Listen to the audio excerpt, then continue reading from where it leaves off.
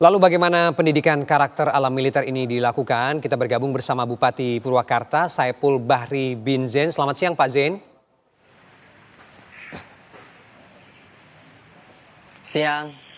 Baik, terima kasih Pak Zain sudah bergabung dengan kita di Kabar Siang. Pak Zain, publik masih terus mempertanyakan sebenarnya apa kemudian karakteristik atau kriteria bagi siswa-siswa ini yang akan dikirim untuk pendidikan karakter ini Pak Zain?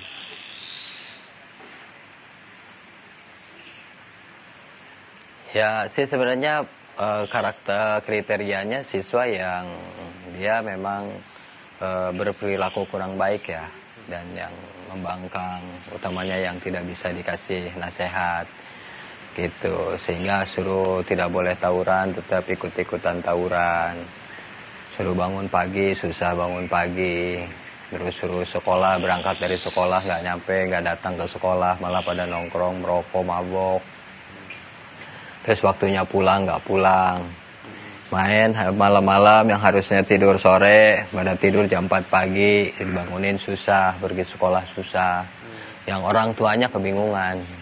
Jadi harus pakai cara apa lagi ngasih tahu anaknya ini, yang terutama yang kalau yang sudah menjelang SMA usia begitu kan udah pada pengen pakai motor, ya kan, sementara orang tua ekonomi lemah, nggak diikutin, pada maksa, ngancem-ngancem, diikutin, kemudian dia harus pinjam sana sini, jadi kerepotan, akhirnya bingung apa yang harus dilakukan, sehingga mereka lebih memilih menitipkan untuk dibina pada barak militer, menitipkan pada kami.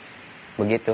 Oke, proses penitipan ini bagaimana? Apakah inisiatif dari orang tua atau kemudian setelah diidentifikasi sesuai dengan karakter-karakter yang tadi Anda sebutkan, lalu kemudian akan koordinasi juga dengan sekolah, atau bagaimana skemanya untuk dari awal mereka mulai dijemput dan kemudian sampai di tempat atau di barak militer TNI ini, Pak Zain?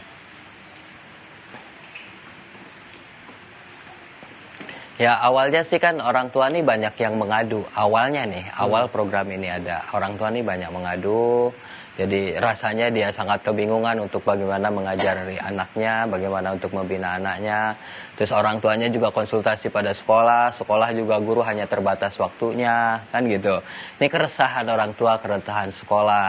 Nah akhirnya kita berpikir solusi. Pak Gubernur kebetulan mengarahkan, memberikan kebijakan, ya sudah. Kalau misalnya ini orang tua sudah angkat tangan, ya untuk melatih disiplin anaknya titipkan aja ke barak militer. Nah, kami menangkap kebijakan itu dan kemudian kami umumkan pada orang tua siapa saja yang sudah angkat tangan mengajarkan anaknya, yang sudah bingung, malah tujuannya mau memperbaiki mentalnya, malah muncul pertengkaran antara orang tua dengan anak, boleh silakan titipkan untuk belajar kedisiplinan, belajar karakter di barak militer. Nah rame-rame lah mereka kemudian mendaftar. Ya.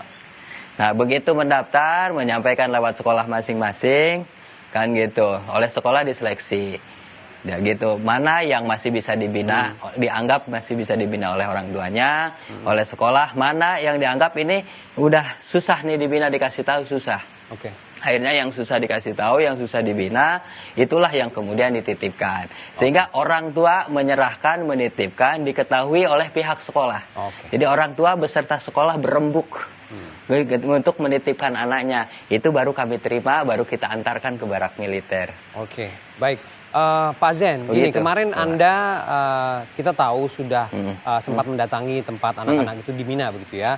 Yang juga ingin diketahui oleh publik bagaimana kemudian program-program serta kurikulum yang diterapkan di sana, apakah murni pendekatan militer saja atau ada pendekatan-pendekatan lain kepada anak-anak ini, Pak Zain?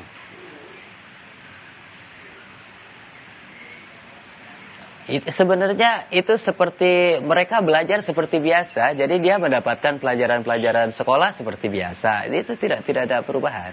Cuman kita memindahkan dari lingkungan yang dianggap negatif. Ini untuk anak tertentu ya, untuk anak yang khusus tadi dititipkan, yang dianggap bahwa dia perlu pembinaan khusus, gitu. Sehingga cuman ada penambahan titik tekan kedisiplinan, pembentukan karakter, gitu.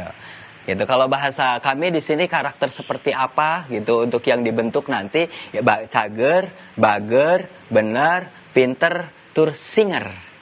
Nah ini Pancawaluya ini yang karakter yang diharapkan yang nanti lahir dari pendidikan-pendidikan yang dibina di militer. Kan gitu. Nah untuk mewujudkan yang Pancawaluya ini adalah titik tekan kedisiplinan. Dan untuk persoalan kedisiplinan, ya sementara ini ya TNI lah yang paling bisa gitu, karena Paskibra juga kan oleh TNI bisa disiplin. Terus itu titik tekannya itu sih sebenarnya. Kalau materi biasa yang sekolah biasa gitu. Gurunya datang, ujian datang. Hanya titik tekan disiplin itulah yang kemudian dilatih oleh. Artinya kemudian pendidikan formal mereka yang didapatkan di sekolah ini juga mereka akan dapatkan selama mereka dibina di tempat itu ya. Didapat. Mereka kemarin ujian hari ini ujian. Terus yang bahkan hari ini Purwakarta kirimkan yang tingkat SMA. Hari ini. Baik. Pak Zen terakhir. Cuman tempatnya aja dipisah. Yang terakhir Pak Zen. SMP di resimen. Terakhir saya tanyakan kepada Anda, program ini masih menuai polemik, ada kontroversi dari masyarakat. Anda melihat ini bagaimana dan apa harapan Anda dari program pembinaan karakter ini, Pak Zen?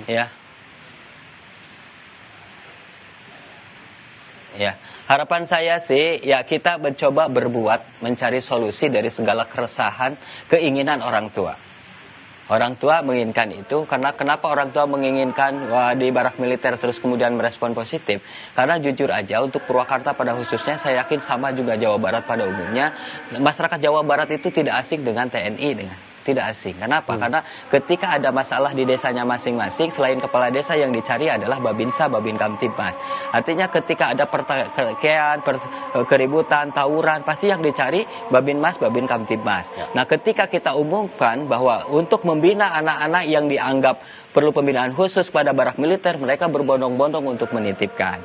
Nah, persoalan misalnya teman-teman ada masyarakat yang pro kontra, ya mudah-mudahan ini menjadi kontribusi positif. Tolong beri kami masukan, barangkali ada perbaikan-perbaikan, dan kami sangat terbuka, boleh datang melihat langsung.